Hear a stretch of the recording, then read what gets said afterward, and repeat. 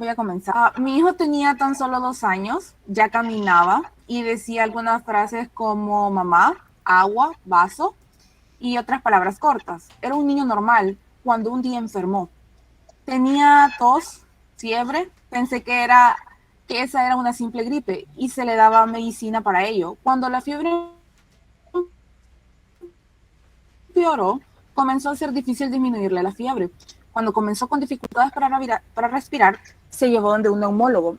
Le daban masajes, le daban masajes, medicinas, nunca le pusieron terapia respiratoria, lo que para mí fue algo raro. La enfermedad le avanzó y luego le dijeron que tenía bronquitis y le dieron antibiótico. Eso no lo curó.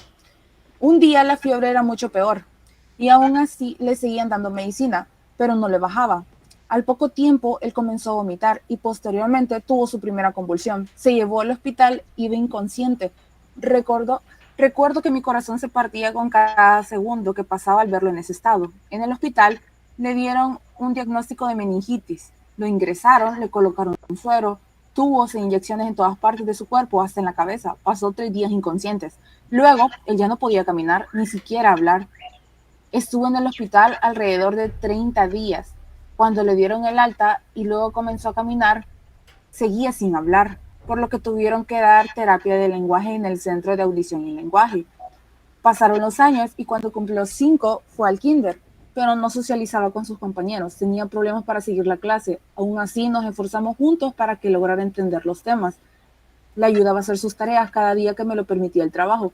Intentaba practicar con él, enseñarle. Era lento, poco a poco, pero sentía que lo estábamos logrando. Pasando el tiempo, llegó a la edad escolar. Sus notas eran promedio. Aún le costaba seguir el hilo de las clases, pero se tuvo que poner en un colegio con educación personalizada, donde eran solo 15 alumnos, y él comenzó a desenvolverse. Llegó a su 9º grado y tuvo que socializar aún más con los compañeros y profesores.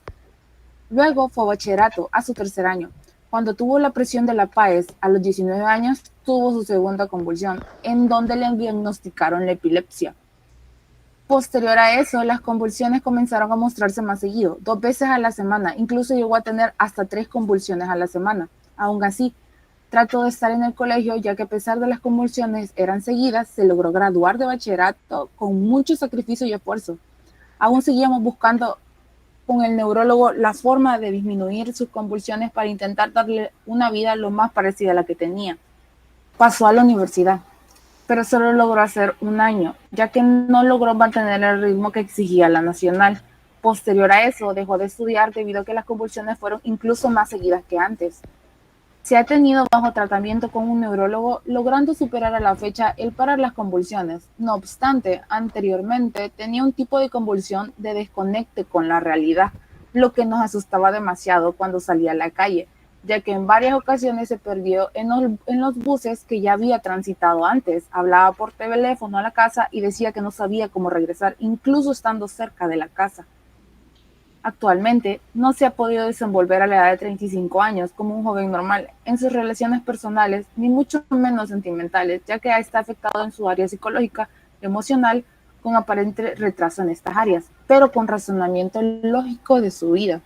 Como madre me he sentido mal porque es como tener un niño especial, pero a la vez no es un niño especial, sino un hombre con dependencia en ciertas áreas.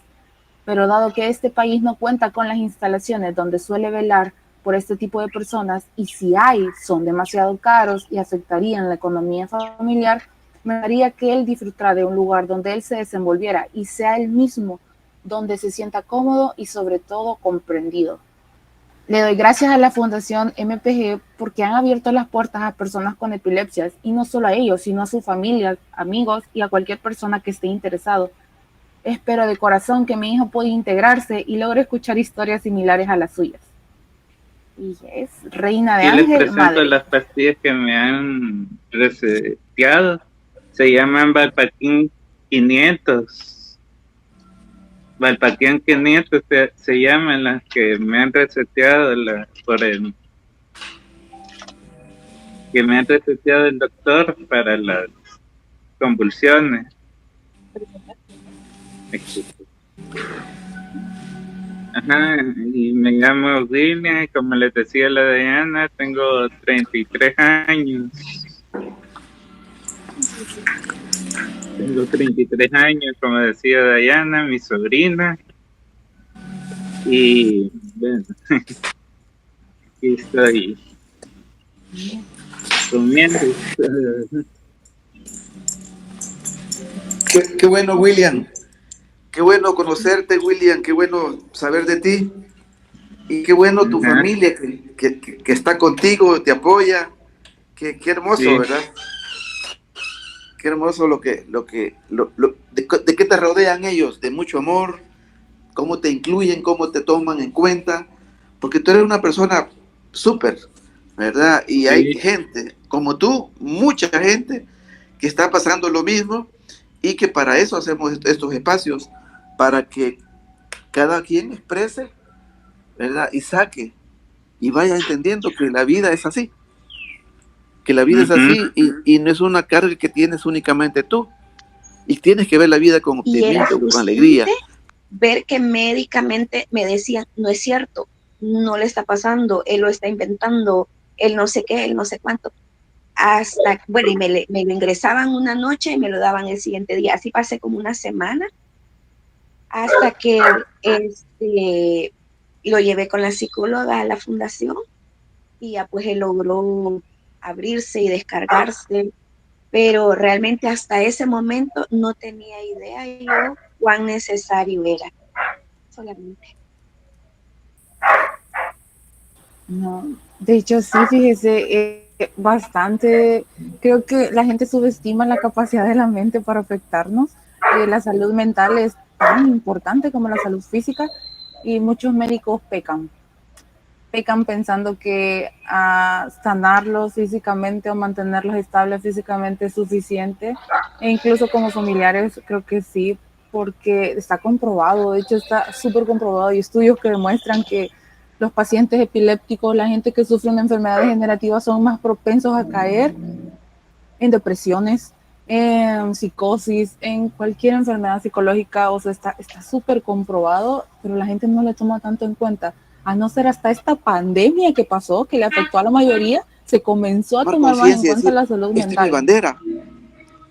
Y no buscar otra causa, sino que para que otros no sufran, para que otros no padezcan, para que otros no sean marginados, para que otros no sean excluidos. Yo creo que esa es la tarea, para que se investigue más, para que haya espacios en la sociedad, en el trabajo, para los que padecen de epilepsia. Porque debe haber, y así como hay personas que tienen diabetes y trabajan, ¿por qué no el que padece de epilepsia y tiene controlado todo eso? Pero si no levantamos la voz, si no nos damos a conocer la epilepsia, si le escondemos la epilepsia, va a ser difícil que nos tomen en cuenta, va a ser difícil que nos hagamos sentir, ¿verdad?, en la sociedad para que incluya, porque no conocen. No es que la sociedad no quiera incluir, es que no conoce. Cuando conozca, entonces las cosas van a ser distintas para todo aquel que padece y los nuevos que van a seguir diagnosticándose con epilepsia también van a recibir ese beneficio.